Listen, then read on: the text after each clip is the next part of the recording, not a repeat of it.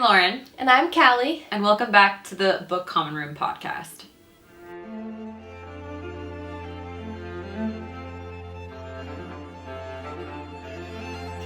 Hey everyone, thank you so much for joining us again at the Book Common Room podcast. As you know, it is the month of Harry Potter. Woot woot. His birth month. I said that awkwardly. If it wasn't copyright, we would play the theme song. Yeah, we would. But it's copyright. We would. Sadly. It's totally fine. It's all good. John Williams. But yeah, we're going to be talking about Harry Potter. 'Tis his birth month. We're super excited. And we're the Book Common Room podcast. Yeah. It only makes sense. Yeah, we had and to. we're obsessed. Yeah. And it was on both of our books that made us lists. Had to happen. Yeah, had to happen. I feel like it also just, and we're going to be talking about it today, but like it is probably on most people's book lists, or like what made people like read. It's a phenomenon. Yeah. So anyways, we're going to get started with a few questions as to why Harry Potter? Why is it still around? Why is it so important? Why is it so influential? Maybe some controversial things about Harry Potter as well. You know, we're just going to be chatting about that today. Yeah, I feel like we don't really want to go into every single book. No. That can be its own podcast on its own. But we still want to talk about the series as a whole. Yeah. Because it means a lot to a lot of people. Yeah. And obviously, like, it's been integral in our lives. So we're going to be chatting about it, and I'm excited. But the first question, why is Harry Potter so popular? What about it relates to so many people? It's a great question. If I were to think about that personally for myself, why it relates to me, a lot of it has to do with the age that I read it at. Yeah. I read it at, how old was I? 12? Yeah, that's how old I was, yeah. And just at that age, there was something about reading about another young person, a young child, who just was in a magical land, going to school, and I think I just wanted to be in that world so bad. But I had fun going to school with Harry and going on his adventures. Totally. I don't know, like, I felt the same way too, because I started at age 12 when I read Harry Potter, and to be honest, I wasn't much of a reader before then.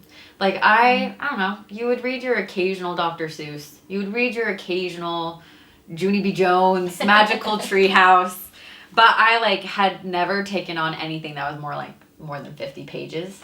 And then, I don't even know, like, why I read it. I think it was something my parents were super into at the times. I think 3 movies had already come out by the time I was, like, reading Harry Potter.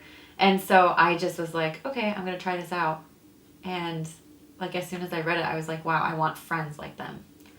Like, I think that was a big thing. It was, like, the friendship that is explored in Harry Potter and how much, like, I wanted to have that.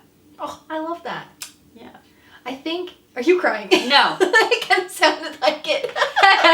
Immediately starts crying about it. It's totally fine. Yeah. I think the 5th movie had come out before I had started reading it. Oh, maybe that is what it was. I watched... If I'm being honest, I think I just watched the 5th movie. I don't think I watched 1 through 4. Huh. I think my grandma was like, we're going to go watch the 5th Harry Potter. I love it. And I'm like, okay. You've seen a Harry Potter in theaters? You haven't seen any of them in theaters? No. What? I haven't seen a single one in theaters. 5 through the last one in theaters. What? You didn't go and see them? Oh, you know what? Actually, this is what happened. A crime. I am totally lying right now. Oh. Because I just now realized Deathly Hallows Part 2 had already come out by the time I was reading Harry Potter. Yeah. Because my parents went to go see it, and they were like, Lauren, if you start reading them, we'll take you to go to see the movies. But then my parents found out, like, how intense it was or something, and they're like, we're not taking you. And I was like, you lied to me! And so I was, like, so devastated. Wow, I, like, blocked that memory. And someone had spoiled a major death from the 7th book to me. Tragic. And it crushed me. And I think I had only, like, read... I don't think I even read the 5th book by that point. So I was so behind everyone, I think. But I loved Harry Potter so much. But yeah, I've never seen it in the theater. That's so sad. You didn't experience Voldemort going up in ashes and the theater just going silent. That is incredible. No. It was wild. Well, because it was almost like going to see a Marvel movie. Because Bellatrix, major spoilers. This should just be kind of a thing. Yeah. I mean, if we're talking about it. Yeah. And we're going to be doing like, I don't know, we're going to be a deep dive in the book and then go on to do trivia in our next episode. You should just be prepared for spoilers. Yeah. But, like, when Bellatrix died, like, everyone was cheering for all of the, like, villains dying, and then I got to Voldemort. And I just remember it just being dead silent. That's crazy. Like, even quieter when Fred was shown that he was dead, and, like, Remus and Lupin, that's the same person. Come on, Callie. Tonks and Remus. Oh my goodness. Like, that was still sad, and you could hear people crying, but it was just different. Yeah. Because you knew the story was over. I think the biggest thing is, like, so, like, reading the books, it's kind of crazy because I didn't start associating certain characters to certain roles till, like, the 5th book. Because I had watched, like, the 5th movie, and then I was like, when I think of Hermione, I think of Emma Watson, and I think of Daniel Radcliffe. Yeah. But then, reading the next books, I had not seen the movies before I had read them. So even though there's something spoiled for me, like, I still remember, and I'm so glad that they were kept, like, unspoiled. Like, I'm glad they had gone and seen the movie, even though I haven't read the book yet. Yeah. Because, like, there's so many, like, I don't know, you get to experience the book in all its forms and all its, like, the surprise deaths, and, like, man, she did not hold back in the 7th book. But I don't know, I think Harry Potter has just stuck around for so long because, like, it, for a lot of people, got people to read. Yeah. And also, the Harry Potter, like, fan club, whatever you want to call that, fandom. Yeah. Is massive. It's huge. So when you read Harry Potter, you're investing in a built-in community and friendship. Like, all my friends growing up, and we've touched on this, like, in our past episodes, but a lot of my friends I made in, like, middle school that, like, stayed with me for a long time was because of Harry Potter. And I feel like even if you're out and about amongst strangers and you see someone with, like, a Harry Potter pin or a shirt, you could go up and say, hey, I love whatever you're wearing. Yeah. And it's just an immediate bond. You see, like, the lightning bolt and glasses on a car, and you're like, you can pass me! Yeah. Go for it. You can go. But I don't know, I think that, for me, I think from my own experience, is what makes Harry Potter so popular and relatable. Yeah, I think people just relate to it. And in a technical sense, the writing is compelling. The characters are written out really well. They all feel real. We'll preface, the magic does not make sense in a lot of sense. Like, Quidditch, the money, those things. It's not a perfect book. It's not a perfect book, and we know the magic isn't, like, high fantasy, like your Brandon Sanderson or, I don't know, like, 15-book series out there, but it is, like, it has very amazing character work. Yeah. And I don't know, a lot of people identify with the coming of age despite it being in a magical world. And it's kind of nice to just escape into, so. Yeah, and despite the first 2 books being written for children, yes. Even adults can read it and just have fun with it. Yeah, totally. I love that. All right, should we continue on? I feel good about that. I love it. I know. Okay, so what would you say is your favorite book? And why? Man, okay, we could spend a long time on this question. So, be prepared. But Harry Potter and the Half-Blood Prince was a surprise for me when I was reading the series. I didn't know what to expect, and I ate that book. I ate it. I could not put it down, and I think it's because I don't know. There's, like, something about that book in particular that just, like, I don't know, had a lot of things going that I loved. Like, it had, like, this artifact aspect of it where it was, like, these artifacts that represent people from, like, the founders of Hogwarts, and then Voldemort collecting them and, like, using them as Horcruxes, and I don't know, that whole, like, aspect, as well as getting into the mind of Voldemort and his past, and, like, not ever justifying what he does, but kind of explaining why he's so messed up. Yeah. And so I thought that was so interesting. I was like, oh man, like, we're getting into his like backstories and like getting into his younger years when he was planning, because he's been planning this since he was so young. Yeah. Which is horrifying. Yeah. He was like always evil. He was young and already thinking about splitting his soul, and you're just like, what? Like this boy who was born out of a love potion, who has a sweet mother who is horribly abused, and then just made some bad choices, and then you get Voldemort. I also feel like the Half-Blood Prince is when you can really tell that the end is like, it's really coming to an end. Yeah. It doesn't make any sense. No. It's all coming to a head. It's like where, all of the buildup is going to peak by the end of the Half-Blood Prince. Yeah. And I also just loved, like, the humor and the drama. It was so funny. Like, there's so much, like, cool, like, stuff going on at the same time of all the drama and, like, the humor and, like, and then you get to the end with this tragic moment that so I did not know was coming. And I was just like, what do we do now? And so you're experiencing that with Harry, Ron, and Hermione. And then Harry is like, well, I'm going off by myself. And his friends are like, you dummy. Literally. Like, what have you learned from all these years is that you need us, you know? Yeah. And also Ginny. I was just about to say, you get Ginny in the sixth one. You get, like... You get that relationship. So good. If I enjoy watching the movies, and I think they're great. Anyways, but I will say that's the one thing that I was so upset with. I know. Ginny is not Ginny in the movie. And her name is Bonnie Wright. I think that's her name. Bonnie Wright. I love her, like, in real life. Like, it's not the actress's from what I've fault. seen, it's the writing. Yeah, why did they write her that way? Like, they wrote her and Harry so awkward, but in the book, like, yeah, there was some awkward moments. They're teenagers, but it was just, Ginny is just this powerhouse. Yeah. And, she was, like, timid in her baby years of Harry Potter when she's, like, first, second year. But then onward, she, like, grows into this amazing woman who's very confident in herself. I mean, she got invited to the Slughorn party. Yeah. Because Slughorn, what hex did she do? I don't know. Was it the box, it's like the bat hex, something, I don't know. I don't remember this. But she's really good at charms. Yeah, she is. She did it on someone else, and he saw that and she thought she was going to get mad at him, but instead he just invited her to his club. Oh, that's hilarious. Oh my goodness. That's something that J.K. Rowling would write. Yep. There's just so much humor in Harry Potter. Like, you reread them now as, like, adults, and you're just like, I forgot how funny this book is. Like, not even trying to be funny, just, like, something weird about the characters. Yeah. Like, well, you have to think about, they're also their age. They're also 16 in that book. She writes them like teenagers. She does so good with that.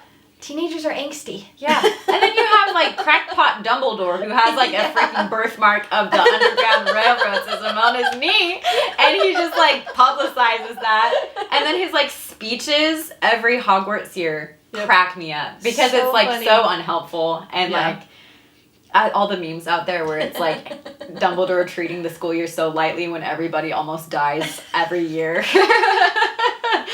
I just, like, kind of like... oh. Go off, Harry. Go save the day. Which, like, I'll hang out over here. He's also, like, the most powerful wizard and also, like, the most quirky dude. I mean, it's amazing. So, yeah, I love the sixth one. The sixth one's so great. When I first thought about this question, I thought of the sixth one too. All for the same reasons that you had. But rereading them now, it might be the fourth one. Yeah. For similar reasons, though. Yeah. I like the angst of them being 14 and the whole drama with Cho and Cedric and how Harry's like, oh, but I love Cho. I don't know. I think that's hilarious. But I think at the end when you get Voldemort coming back, that moment is just so powerful. Oh. Like when Harry meets his parents. Oh my goodness. Really for the first time ever is ghosts, and they're like, it's okay, Harry, like, we'll protect you. And that's just another moment his parents protect him. So and it's also where you learn more about the seriousness of the role Harry has to play in all of this. Because you get it in the first 3, but at the end of the 3rd one, you really just get that odd prophecy that Trelawney gives. Yeah. But you don't really know. Plus, the tournaments are fun. The tournaments are so fun. And so funny. I love following the Fred and George. Yep. That whole time. Oh, so good. So good. I love it. The 4th one has probably also the cringiest moments in Yeah. all of them. There are some painful moments, but I'm also kind of living for it because they're 14. There's just and I don't know, J.K. Rowling just does such a good job of getting you to escape into everything that the character is feeling and doing in the moment. So then you forget the same things they forget, or you notice the same things they notice. At first I was like, wow, I'm such an observant reader. Look at but me. It's no, I'm literally doing what she wrote it to be for the reader. And I just remember that moment. He's either going to the baths, the prefect baths, or coming back from them. But he's running down the stairs and he drops the egg. Oh, yeah. And it's so loud because it's going down the spiral staircase. And the whole time you're like, shh. He has to sneak in. So loud because he was sneaking in, and I think the only person that caught him was Mad-Eye, so it wasn't a big deal. Because Mad-Eye knew exactly what he was doing, because Mad-Eye also wasn't Mad-Eye. I was about to say, it wasn't even Mad-Eye. But I'm not gonna lie, Mad-Eye, the dark wizard Mad-Eye that was Barty Crouch Jr. was the best defense against the dark arts teacher they ever had. They had a defense against the dark arts teacher who was doing dark arts. Yeah.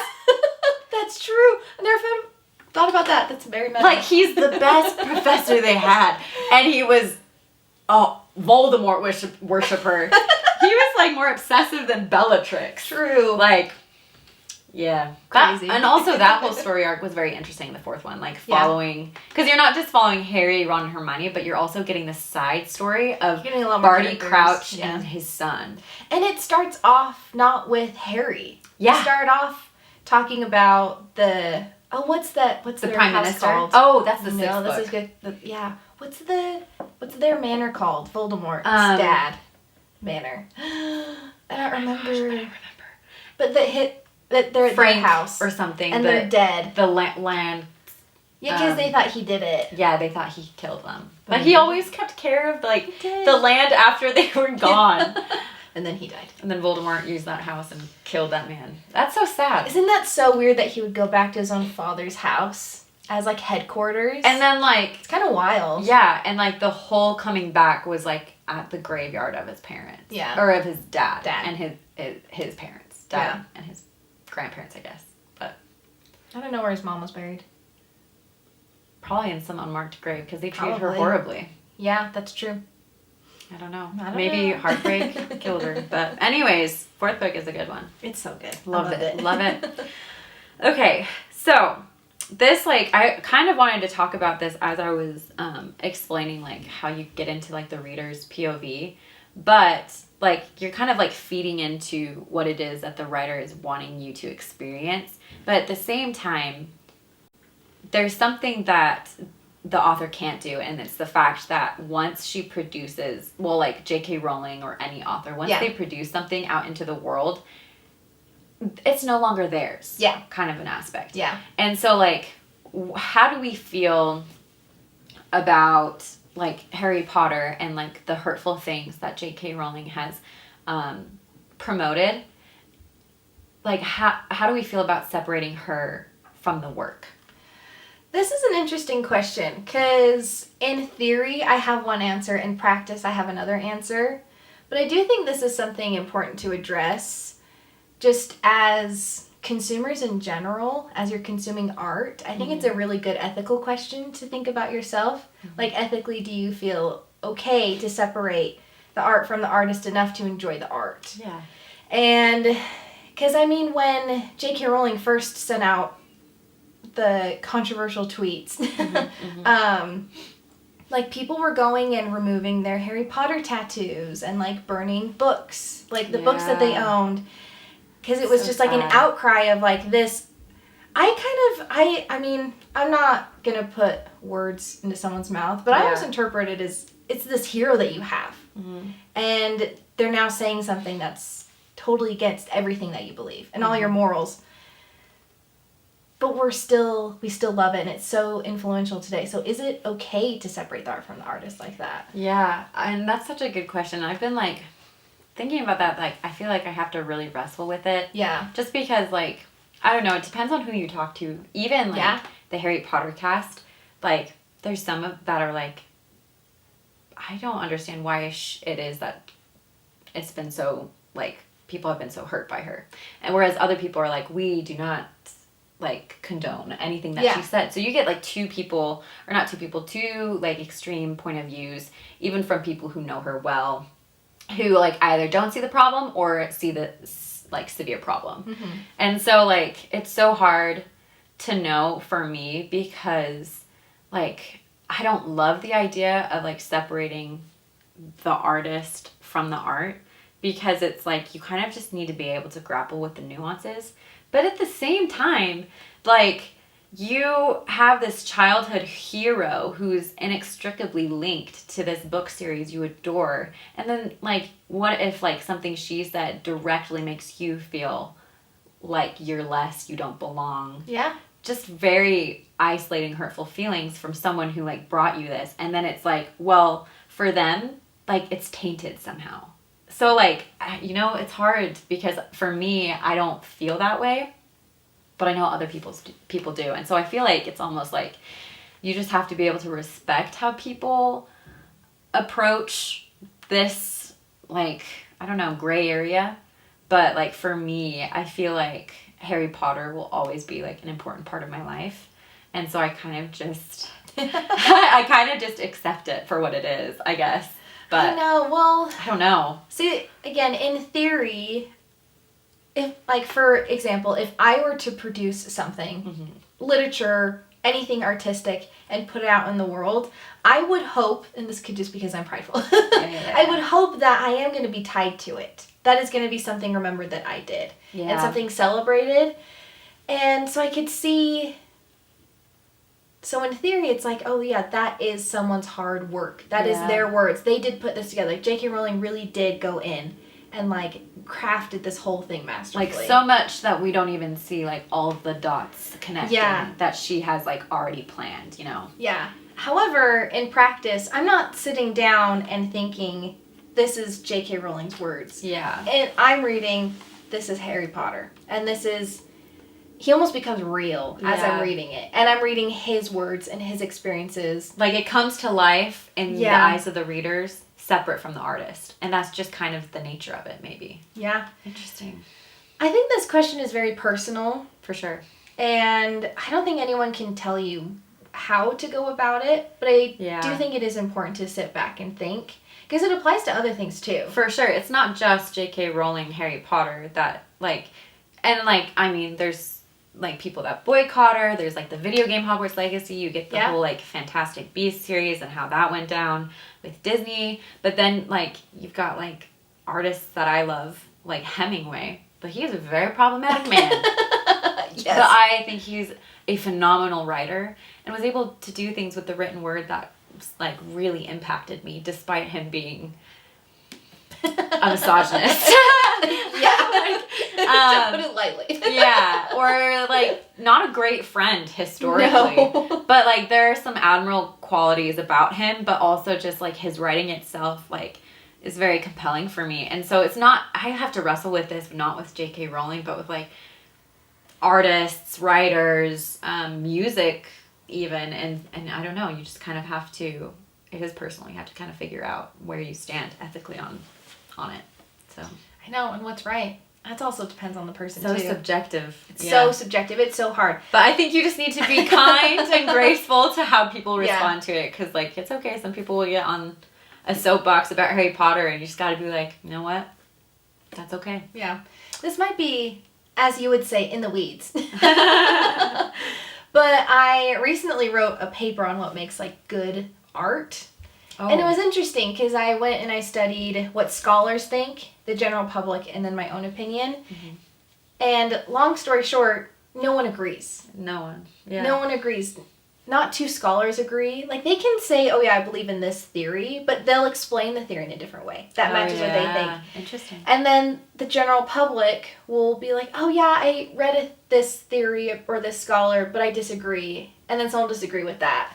And it's just an endless cycle. Also, it's hard when you read scholars because you're like, oh, the ego. That's why they're reading the theories differently, because they're like, well, my way is better. I'm bringing something to the table you've never seen before. So that's literally kind of like, it's like a my horse is bigger than your horse situation. but at the same time, like, you like put that on any scale with just like us even, and like I feel like we can overlap on some things with how we feel in separating the artist from the art, but also like I feel like we also have different feelings about how to approach it. So I don't know. True. It's true. I like it. Well, that's kind of an ambiguous ending. Multiple meanings there. Maybe more an invitation. Yeah. We brought the conversation to the table. Yeah. Think about it more. Think about it. Anyways, okay, so something a little, also kind of controversial, probably on my end. How do you feel about the movie adaptations? What do you think? Well, I loved them. I really liked the Harry Potter movies. Honestly, there are some things like regarding character, because like I do read Harry Potter to enjoy like how the characters develop, and there are some things in the films that I wish they would have done to bring out the integrity of the characters, but overall it would have been hard to like get everything. So I don't know, movie adaptations aren't meant to be a straight book to movie adaptation, if that makes any sense. Like, you don't watch it just to get every little thing about the book, because it's, first off, it's like a different perspective. It's from like, I don't know, it's made by a producer and a director and an art team who all are coming together with this different vision. And so it's going to be different. And that's like the word adaptation. Like, it's going to be different. And in the end, I think it was a good adaptation because it got more people to read the books. That's true. And so that's how I feel. And I don't know, like, I hear the Harry Potter music and I'm like, oh my gosh, I want to cry. Like, you hear it and I'm like, if I can be moved that much, like, it was pretty dang good. Yeah. You know? But that's true. I know adaptations are always going to be something, it's another thing that no one's really going to agree with. Yeah. Depending on who you are, fidelity? Yeah. That was weird. Fidelity is something very important to them. Yes. Like, they really do need kind of how the first two movies were. Almost word for word the same. Which is kind of easy to do because they were a little bit smaller. And they were easier to film, if that makes sense. Well, and I think the only hard aspect for them was that they were working with kids. Yeah. Which can be very hard. But they did it, and they did a great job. They did do a great job. I feel like there's this moment in, like, Sorcerer's... the Sorcerer's Stone, like the first one. And it's that scene where Harry catches the Remembrall. And, like, he's, like, slowly flying down. And you, like, look at the kids. And you can tell that the director was probably like, 1, 2, 3. And they're like, go! And they all, like, all of a sudden, they're, like, completely still. And then, like, once he gets to a certain point, they're like, oh, ah! And they're like cheering for Harry, and it just cracks me up because like it's hard to work with kids and make it look natural, but also like they did a pretty good job. They did do a good job, but they did do heavy book to movie adaptation. Did feel like word for word for those first two. It really did. And when I think of like bad examples of trying to be too close to the original story, I think in the new Percy Jackson TV show, it was way too... This could be a whole episode in itself. Actually, there's a really good one we watched that we're like, you know what? He said it all. There's like videos out there of people like of why critically they feel like it wasn't the best adaptation. It was just too exposition heavy. Yes. Which in a book you can do. You've got the words to like put on a page, but then if you're just having characters sit and just like talk, this is this reason why this is how this is, and this is how this is, and that's why that person did that. And okay, honestly, we might repeat a little bit of the things that we've already heard about like Percy Jackson, but like the writing is just not that great. No. And, like, crazy fans of Percy Jackson worship Rick Riordan. And so it's kind of like, whatever he says or does, we're just going to accept it. And I'm like, you know what? I'm a fan of Percy Jackson, but I can also accept the fact that if he had stepped away, it probably would have been better. Yeah. Because, honestly, an adaptation isn't supposed to be exactly like the book. And also, in the book, you have everything explained to you, and, like, you have to read it. And obviously there are, like, techniques in, like, reading where it's like, oh, like, you're kind of in ignorance, just like the character is, or the character's keeping things from you. But in the show, you should have to, you show what's happening. You don't tell. And in Percy Jackson, you'd straight up get a blackout. It would black out, cut. Next scene, let's explain what you missed. And I was like, what is happening? Like, that was, like, the best scene. Also, the actors, if you watch them in interview, everyone's going for the actors, and it kind of hurts my little heart. I love the actors. Because they're good. little, some of them are inexperienced, sure. It's a little awkward sometimes. Yeah, but you watch them in interviews, and you're like, that's Annabeth, yeah. that's Percy, and that's Grover. Where was that in the show? And it's the writing. It is the writing. It's the writing. Anyways, sorry. So, like, bringing it back into, like, adaptations, like, that is a poor adaptation example because they're doing everything that the book does, which isn't what a movie should be doing, you know? I don't know. Yeah, and the Harry Potter movies, again, aren't a perfect adaptation. I really didn't, I mean, we already mentioned I did not like what they did with Ginny. I do think that is something that they did ruin. Yeah. And I could see how it was hard to try to figure out how to work her character in the movie.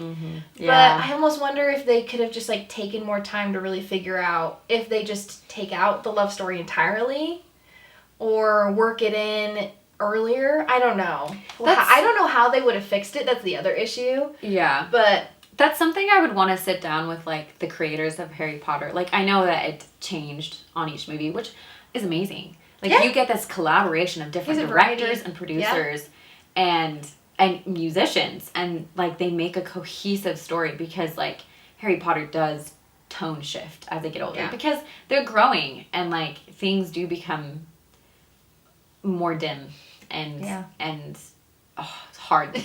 Like, as it goes on.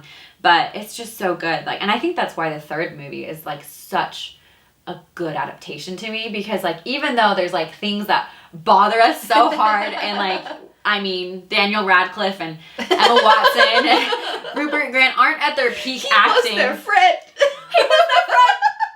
Oh, that scene. You know what? I love Daniel Radcliffe, and honestly, I cannot judge because I'm a poor actor. But that scene, I am like, ooh, those tears just weren't coming, and that's okay. That's okay. But yeah, I loved that movie because it was like, you had the first two, which were so adapted, like book, basically, that you're just watching visually, which was like fun to see, like the sets, I think. Yeah. But then you get the third movie and you're like, wow, this is what an adaptation should be doing. Yeah, because they changed things, right? Like the whole conversation where Harry finds out that Sirius was his godfather and supposedly kills his parents is in a different setting. Yeah. It didn't happen the same way in the book. But the point of that scene stayed the same, if that makes any sense. And the pacing in the third one, I felt was a lot better. Yeah. I was like, wow, like, I think his name is Alfonso Cuarón. He's, like, the director. Love him. And the green vibe he got in the third movie, good. All up in my alley. I just loved it so much. And also, I just thought it was such a fun age for the actors, too. And so, like, I think that's also, just as a movie fan, like, I love watching movies. I love that third adaptation. The third one is good. Yeah. There's always going to be the memes of Dumbledore. Harry, why did you put the goblin in the fire? Oh, I know. That'll always be funny. I know. Even in, like, Lego Harry Potter. Oh, yeah. The way they play off of it, it's hilarious. If you don't know, YouTube it. Yeah, it's pretty good. Anyways, yeah, I love that. Like, I don't know. I feel like adaptations are a very important thing to talk about when it comes to Harry Potter because, I mean, we went off on the Cursed Child. You can really ruin a story. If you have two people who think that they know a story and adapt it to something else, so in this case a play, we're talking about the Cursed Child, and ruining it. Yeah. No thanks. Like, I do think most of the horrendous things I've seen out there of Harry Potter fandom comes from people who only watch the movies. Yeah. And didn't read the books. So I do feel like you do miss things. You do miss things. There's always going to be that. Yeah. I kind of always say that the Harry Potter movies are a good adaptation, but you're never going to get the story. Yeah. You're never going to fully comprehend the magic and the magnitude of some of the characters or the moments or even the deaths that happen unless you read the book. But you'll never know that when you just watch the movies. Like, that's how I felt with, like, The Lord of the Rings, and then you finally read them, and you're like, wow. Yeah. Like, I get it. I get why people like this. And so I feel like speaking of Lord of the Rings, I watched the movies and then read them. And then when I rewatched the movies, it just made the movies better. Yeah. Because I understood the backstory and I could fill in the things that were missing. Yeah. Because I had read them. Yeah. I will say, though, like, there's some movies out there that are arguably horrible adaptations, but they did get me to read the books. This is true. Like, Percy Jackson I had seen before I had read them. And it was the Logan Lerman movie. And, I mean, standalone, not bad. But not knowing anything else. But I went into the books and I was like, wow, the books were so much better. And it was just so much more enjoyable. But, so, like, I guess there is that. There's sometimes... There you go. Sometimes even bad adaptations can get you to read the content, which I think is, in the end, way to go. So, I don't know. Yeah. Okay, so last question. This is a couple weeks old now. This was pretty hot news. Oh, was it really? Weeks ago. Yeah. Oh, I didn't know it was that recent. Yeah. Huh. I don't remember the exact date, but Professor Sprout, the actress, Miriam. Miriam. We'll just call her Miriam. Miriam. She went and did an interview, and she talked about Harry Potter. Yeah. Okay, I'm going to insert a clip right now, or Lauren, whoever's editing this, is going to insert a clip right about here, and just pay attention, and I want to think about, what do you guys think about what she's saying? Yeah. I worry about Harry Potter fans because they should be over that by now. You know, I mean, it was 25 years ago, and it's for children. I think it's for children. But they get stuck in it, and I do... So, ouch. Ouch! Are we too old? What do you think? That's my visceral, reaction to the video is, ouch. And mainly it's because, I feel like being able to speak this eloquently will be hard for me. Just because, there's a lot of feelings about it. Because, first off, maybe she could be right. Because, I don't know, if that's all your life and you almost stop living and you can't let it go. Yeah, that can be true. problematic because I do know people that just I don't know, are kind of stuck in the Harry Potter world. Yeah. And they never really leave it. But it's not only Harry Potter. I've seen it with other things. Yeah. But for me, Harry Potter keeps my childhood alive. That's what it comes down to. Harry Potter is something that continues to encourage me to play and imagine and wonder. And I never want to lose that, I guess. And so, even with everything we've talked about, I want my kids to read Harry Potter. I want them to love it as much as, I love it. Or just love it in a way that makes them continue to have that play and imagination. I don't know. Yeah, because that... I mean, I'm trying to think of things that I had read before Harry Potter... Probably Magic Tree House. I don't know. Just like me. You're not alone. Nothing. I don't know, but Harry Potter was the first thing that really sparked my imagination. Yeah. I have very vivid memories of reading Harry Potter and then just imagining that it was happening, which it is a childish thing, but that sparked that adventure side in me. Yeah. And that's just a side that I don't think I ever will want to lose. Yeah. But also the side of a reader side of me of enjoying fantasy and adventure books. Yeah. And reading longer series or longer books if we're going to go by page number. Yeah. But yeah, it's so closely tied to my childood that it's precious and you want to preserve it. Yeah, I mean, rereading them now I can recognize. Oh yeah. Yeah, they're childish, I guess you could say. Mm-hmm. But that's the point. Yeah. And I don't know, and I think this is interesting. Dumbledore is like that. Yeah. His character embodies that, aspect of, I don't know, like childishness, like, I don't know, not like a prankster kind of, but I don't know, like, I think what she can say, like, what she's saying makes some sense for people who, like, cannot live life. Like, I do get very distraught in books when I, like, have no boundaries in my emotions and just, like, envision that book, and then I'm, like, depressed because that's not real life. Yeah. But, like, I feel like in the end, I'm just so grateful for Harry Potter, and, like, I think I always want it to be a part of my life. And I think of, like, this thing that Robbie Coltrane said. He's the actor that played Hagrid. Oh, yeah. And he, in the 20th anniversary, I know what you're talking about. yeah, he's just talking about, oh my gosh, it's so powerful. But he's like, I'm so glad I get to be here, basically. And it's like 20 years after Harry Potter, the movies had come out. I'm not going to be here for the next one. But Harry Potter will always be around. Hagrid will always be around. And you kind of just get chills when you hear that. And you kind of get emotional, too. You do. Because, like, you follow, like, this story for, like, majority of your life, and then you follow the movies, and it's kind of like, I feel like you just can't write it off, like Miriam might be saying. I'm not sure if that is what she's getting at. It feels like very passionate about it. But like, just like anything, like Frankenstein, Little Women, like, stories are so important to our humanity, and Harry Potter is, like, embedded in that, I think. Yeah, I mean, even take Hagrid as a character. Hagrid, for me, as a kid, I learned a lot of just wanting to make other people happy, because that's what a lot of Harry felt. He just loved Hagrid so much that he would put up with his, like, pretty bad lessons. And his bad cooking. And his bad rock cooking. Cakes. But Hagrid loved so much. I know, he has that such a big heart. you just wanted to love like Hagrid does. And, like, it never, like, the horrible things that happened to him growing up, like, tragic things from his childhood, how he was treated at Hogwarts. The only person that was nice to him was Dumbledore. His fierce loyalty to Dumbledore. Like, there's just so many qualities about Hagrid that you love, and those kinds of characters just kind of embed themselves into, like, the stories we tell. And so... Yeah, and we won't do this, but you could literally do that with any character. Yeah. Even though, Aragorn. Like, well, like, specifically Harry Potter. Like, even the morally gray characters like Snape.